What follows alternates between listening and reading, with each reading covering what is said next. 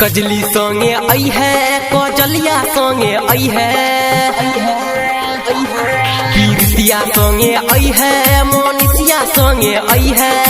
इहो वाला बात छौरी केकरो से नहीं कही है मिले रोज यही है कोई मिले रोज यही है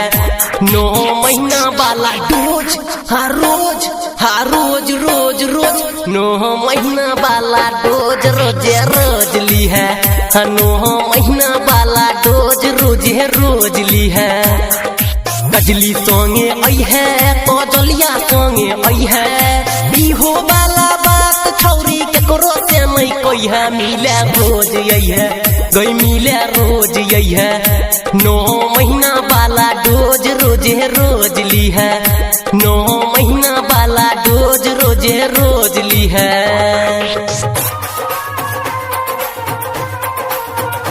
9 महीना वाला 9 महीना वाला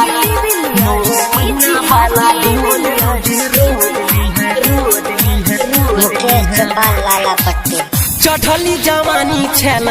करन सराम गे हाँ गई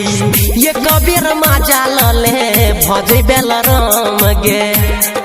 हे गे छौरी चढ़ली जवानी छल करन सराम गे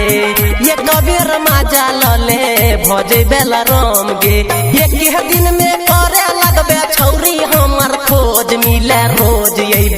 गई मिले रोज यही 9 महीना वाला डोज हर रोज डोज 9 महीना वाला डोज रोजे रोज ली है 9 महीना वाला डोज रोजे रोज ली है गा छौरी 9 महीना वाला 9 महीना वाला 9 महीना वाला डोज रोजे रोज ली है रोज ली है रोज ली है। छोट न रहला छौरी भेला ही जमान गे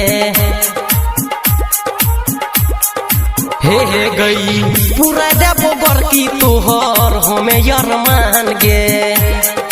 हे गे छौरी छोट न रहला छौरी भगेला जमान गे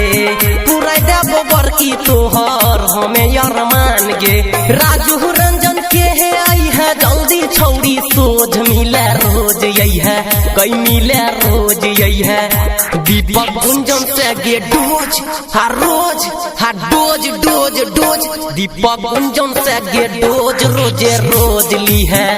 9 महीना वाला डोज रोजे रोज ली है गा छौरी। LIC music recording studio